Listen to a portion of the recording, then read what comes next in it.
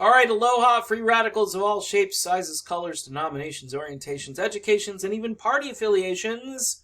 Welcome back to The Radical Independent. My name is Dave, and I'm the guy. I'm the radical guy. And you might be too. You might be the radical person if you are watching this channel. So Tulsi Gabbard, she decided to vote present, and she's going to get blasted by everybody. This is typical what the media will do to Tulsi for not voting in lockstep with everyone else. We're talking about impeachment, of course. It's a Christmas gift for the resistance movement. They've been wanting this now for 3+ years, and here it is. Impeachment.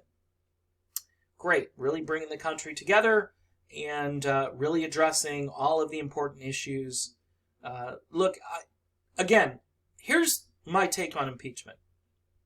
If they drafted articles of impeachment that had teeth in them, emollients clause, number one. Notice how they're not going there, because then you got to go back probably to every president violating the emollients clause. Unauthorized war. Declaring war or taking actions that are warlike actions without congressional approval or consent. Why don't they go there? Well, it's quite simple, because presidents haven't been doing that now for, what, a generation. We're still running off of George W. Bush war declarations. Nancy Pelosi would be, that wouldn't work for her. So, yeah, this all would expose, if you actually did some real impeaching, it would expose the entire establishment and the deep state, okay, and the way the checks and balances aren't being checked and balanced like they used to. And it would be a complete reset of how our government is supposed to function. It would be a teachable moment for those of us who have forgotten about the United States Constitution and how it works. Emollients clause, and also, again, declaring... You could also do nepotism, by the way. Nepotism. Look, you may think that Ivanka Trump is great and her husband, they're just awesome, but I'll tell you what, there's undue influence there. Of course, Ivanka is supposedly a presidential advisor, she's listed as. So maybe she skirts that. I don't know how Jared Kushner gets away with it. I just, look, those are the things that really bothered me at the outset, where I parted ways. And then you could look at some of the hiring practices of this administration as well, and really analyze those things. But instead, we've got a goofy, all I can call it is a goofy phone call to Ukraine, and which, by the way, certainly illuminates that there was corruption with Joe Biden, Hunter Biden. He's sitting on this board of this company, and because he's Hunter Biden, he's making, what, $50K a month or something like that?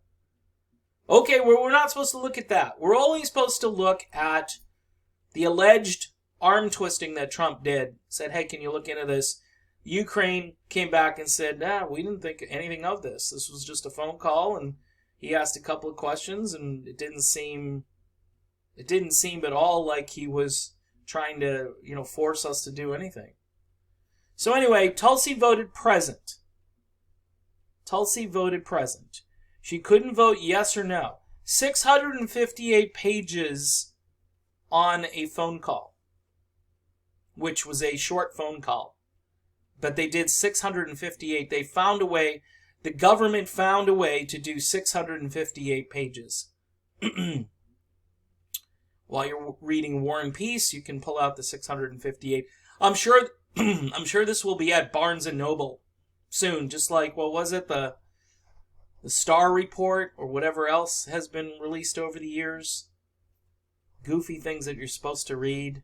The 9/11 Commission report. I am standing in the center and have decided to vote present. I believe Trump is guilty of wrongdoing. But I also could not in good conscience vote for impeachment because removal of a sitting president must not be the culmination of a partisan process fueled by tribal animosities. Oh my gosh, this is political porn right here. Tribal animosities that have so gravely divided our country. When I cast my vote in support of impeachment, the inquiry 3 months ago, I said that in order to maintain the integrity of this solemn undertaking, it must not be a partisan endeavor. And tragically, that's what it has been. She knew it was going to be a partisan endeavor. We all knew. But she was hoping maybe that you'd have Republicans involved, you'd have enough evidence to get people from all sides looking into this. But they didn't impeach on emollients. They didn't impeach on nepotism. They didn't impeach on launching a war without congressional approval. Those are 3 things they could have impeached on. They could have. And you know why they didn't do that? Because it would have exposed them. All of those things expose the establishment and the deep state and all the people who are making decisions behind the scenes.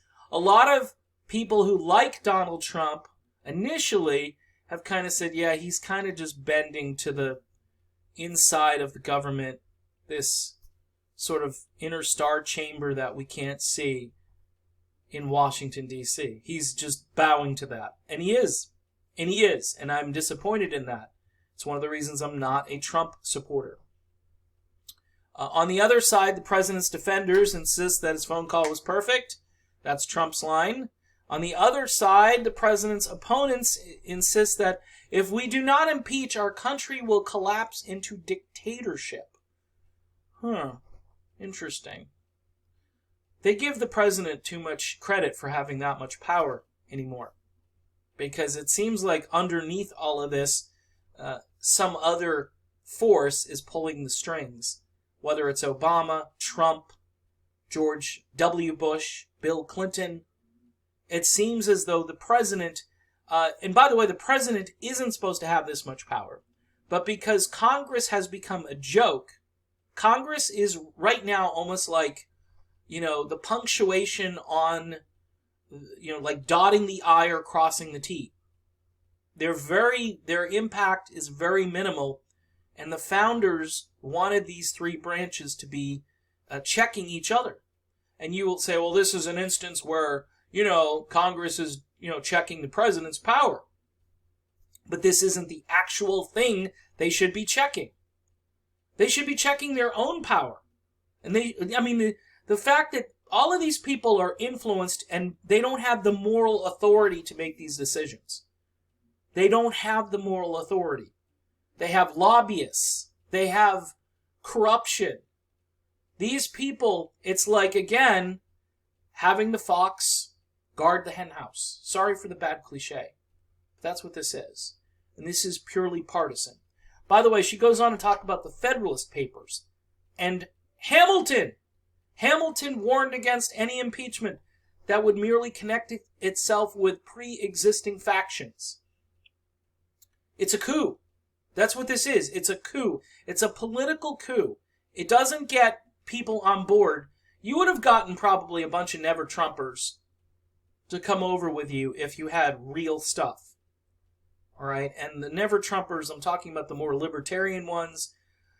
See, there are different factions of Never Trump. There's the Blue Bloods, and then there's the Libertarians, and I think the Libertarians would have come along with you.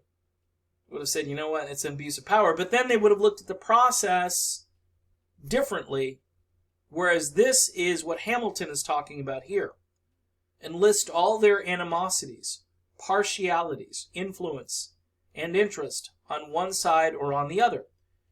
In such cases, he added, there will always be the greatest danger that the decision will be regulated more by comparative strength of parties than by the real demonstrations of innocence or guilt. The Democrats have a majority. Rather than passing some legislation, they have the majority. Yes, I know the Senate has to take it up, and again, the Senate will take this up and shoot it down. Trump's genius move of campaigning hard to keep the Senate and actually flip the Senate more red during the supposed blue wave, which kind of really didn't happen. Happened a little bit. So Trump actually looks pretty smart by doing that because he built himself a firewall. Trump has violated the public trust. Congress must be unequivocal in denouncing the president's misconduct and stand up for the American people and our democracy. To this end, I have introduced a censure resolution that will send a strong message to this president and future presidents that their abuses of power will not go unchecked, while leaving the question of removing Trump from office to the voters to decide. Touchdown. Touchdown. Let the voters decide. They can decide in a few months. This is the dumbest thing. You do it in the middle of the holiday season. People are thinking about Christmas and Hanukkah, and it's just... This strategy to me was... And Nancy Pelosi is pretty much leading this. All right? She's the third most powerful person in the free world. And she's exercising enormous power when what she should be doing, and this power, by the way, it's like empty power. This is not, in 2 weeks, nobody's going to be talking about this. Nobody. The Senate, I mean, they can take it up whenever they want to. They can wait. You know, and when they do have to take it up. But when they take it up, they could make the lives of those senators who are running for president, like Sanders and Warren, they can make their lives very difficult. I've said from the get-go, that's why, you've got Biden, Bloomberg, Steyer. This whole thing, Bernie Sanders, he believes in the impeachment, and then he'll go and say, but we got to get over it and so forth. But the fact that he believes in it for the wrong reasons. Again, surprisingly, I'm not completely against it. I just think these people are doing it all for the wrong reasons, and that matters to me. You may say, well, Dave, if you did all these things, because it's going to affect presidents for generations if he's impeached because of a phone call that a bunch of people listened to, and quite honestly, they had to really stretch to make that phone call look like it was any kind of arm twisting or corruption. It wasn't. It isn't. There are other things you can impeach Donald Trump on. They will not take up those articles of impeachment because it will show everybody in the country how corrupt our government is. Not just Republicans, not just President Trump, but Democrats and presidents before Trump. Including Barack Obama, by the way. And that's the crux of all of this. And this is the dirty truth that you won't see or hear on the mainstream press. Not at all. And it says, I am confident that the American people will decide to deliver a resounding rebuke of President Trump's innumerable improprieties and abuses, and they will express that judgment at the ballot box. That is the way real and lasting change has always occurred in this great country, through the forcefully expressed will of the people. Tulsi Gabbard here doesn't just release a statement. This is like, this is a document worth saving. That's how good this is. A house divided cannot stand, and today we are divided. Fragmentation and polarity are ripping our country apart. Yes, this breaks my heart and breaks the hearts of all patriotic Americans, whether we are Democrats, Republicans, or Independents. This is post-partisan language, all right? And we are all so praying for a post-partisan moment where we can say, you know what? We got to do better than this. We got to stop this. We've done this for so long. That's why I'm not for the two-party system anymore. That's why I'll talk about the Green Party. I'll talk about the Libertarian Party. I'll talk about independents. I'll talk about anybody who's interested in doing a third way. Because it's time. It's been time now for over a generation, maybe longer. You need more than just these two options. So today I come before you to make a stand for the center, to appeal to all of you to bridge our differences and stand up for the American people. There will be neo-progressives, neo-liberals who say, oh, Tulsi doesn't have a backbone. Tulsi went to war for us, but she, doesn't have a backbone. Tulsi Gabbard has more backbone than anybody in her own party because she looked at this objectively. She cares about the great landscape, the great political landscape out there, and how people are interacting with one another. She sees the vitriol. She knows out on the campaign trail, by the way, that nobody cares. Nobody's talking about this. Democrats have failed at that. They had failed at bringing in people that they needed to bring in to their so-called coalition. So, again, to wrap this, my vote today is a vote for much-needed reconciliation and hope, that together we can heal our country. Let's work side by side, seeking common ground to usher in a bright future for the American people and our nation. Quite honestly, I didn't even want to cover impeachment. But Tulsi's response is notable. I believe this should be in history books, her response. That's how good this is. It's a short statement. She talks about the Federalist Papers and Hamilton. She understands that Trump is a bully. Trump is a bad man. Orange man bad. She acknowledges that. When I say orange man bad, that typically is for neoliberals and the so-called resistance movement. I mean, Trump could find somebody to cure cancer, and that would not be any good. They would move on to impeaching Trump anyway. They would just say, okay, that's nice, President Trump. And that's partisan. And it's the wrong reason to impeach. If you've got good stuff to impeach on, then you impeach him on that stuff. And this isn't that stuff. But you could have written those articles up, and you decided not to do that. You decided to go, as the folks on Rising said, you decided to go with conservative impeachment, meaning impeachment with no teeth. Ceremonial impeachment, that's what this is. Bill Clinton got impeached, and a lot of people said, well, it's probably not going to get by the Senate, and it didn't get by the Senate. And Bill Clinton was a more popular president following the impeachment. If they want to put it in the record books that Donald Trump was impeached the way Bill Clinton was impeached, that's fine. It's not good for our country, though. And it does look like a useless exercise, as Hamilton says here, based on partisanship, based on who's got the majority. Hamilton knew this a long time ago, and he said, hey, you can't use this as a political weapon. Well, guess what? See, the Democrats don't have anything. Some of the real independent Democrats do have stuff, and they've glommed onto it, including Bernie Sanders. If they had stuck to the issues, if they had stuck to the more pressing matters, if they had talked about what we're doing in Yemen right now, through our support of Saudi Arabia at all costs, there are things to impeach on. But that's our deep state foreign policy, and you can't interrupt that. But you can interrupt a phone call to the Ukraine and make that the center of everything, when it's not the center of anything. So that's my take on this. Tulsi Gabbard, I believe, shows enormous courage here. She shows she's a stateswoman. She's not just a member of Congress. She's not just running for president. I believe she would be on the world stage.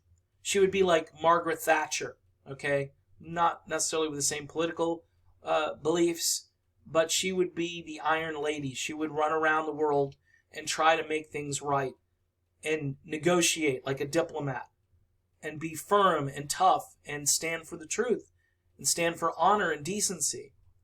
And her goal here is not to have the country split apart, and I commend her for that. And the Democrats, you got your Christmas gift, and it's going to be over. 15 minutes of fame, this has, whatever you want to call it, the 15 minutes, they're almost up. And the Senate's going to take this up, and it's going to go nowhere. And Trump may get reelected because, you know what? People don't like this kind of stuff because it looks petty, it looks vindictive. All right, I'm done with this video. Good on Tulsi Gabbard. Please support my channel if you can during the holiday season. I'm probably going to be taking a break for a while coming up. Not sure when that will occur, but I need people watching the videos, liking the videos, sharing the videos, subscribing, and donating if you can to the channel via PayPal.